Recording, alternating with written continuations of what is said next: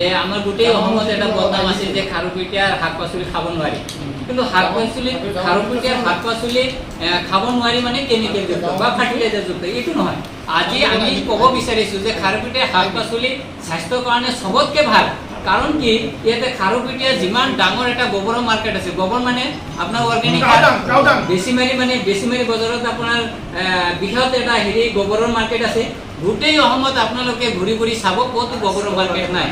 আহে পাহে যিমান ডিস্ট্ৰিক্ট আছে, জিলা আছে, সব জিলাৰ পৰা গোবৰখিনি আমাৰ টাকিদি কঢ়িয়াই আনি পেলাই খাৰুপেটীয়া মাৰ্কেট আৰু বেছিমাৰি মাৰ্কেটত বিক্ৰী হয়।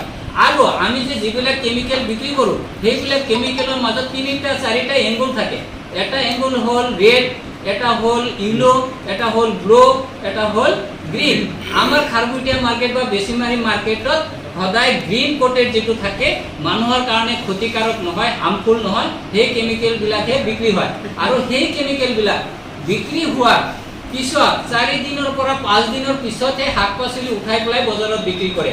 কাৰণ প্ৰত্যেকটো খেতিয়কে জ্ঞান আছে যে ইহঁতে কেমিকেল ব্যৱহাৰ কৰাৰ পিছত 4 দিন বা 5 দিন পিছত শাক পাচলি বা যিমান ফল আছে সেইবিলাক উঠাই পেলাই বজাৰত বিক্ৰী কৰিব লাগে। সেইকাৰণে আমি ক'ব বিচাৰো যে খাৰুপেটীয়াৰ শাক পাচলি খোৱাটো স্বাস্থ্যৰ কাৰণে উপকাৰী, স্বাস্থ্যৰ কাৰণে ভাল, বেমাৰ আজাৰ কম হ'ব। বেলেগৰ যিবিলাক বেলেগ জিলাখনৰ কথা আমি ক'ব নিবিচাৰোঁ কি আছে নাজানো, কিন্তু খাৰুপেটীয়া শাক পাচলি খালে কোনো বিপদৰ আশংকা নাই।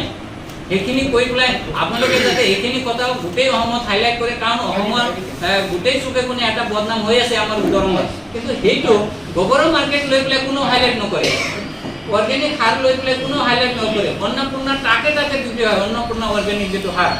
সেইকাৰণে আপোনালোকে অলপ এইটো হাইলাইট কৰিব বুলি আশা ৰাখোঁ মই।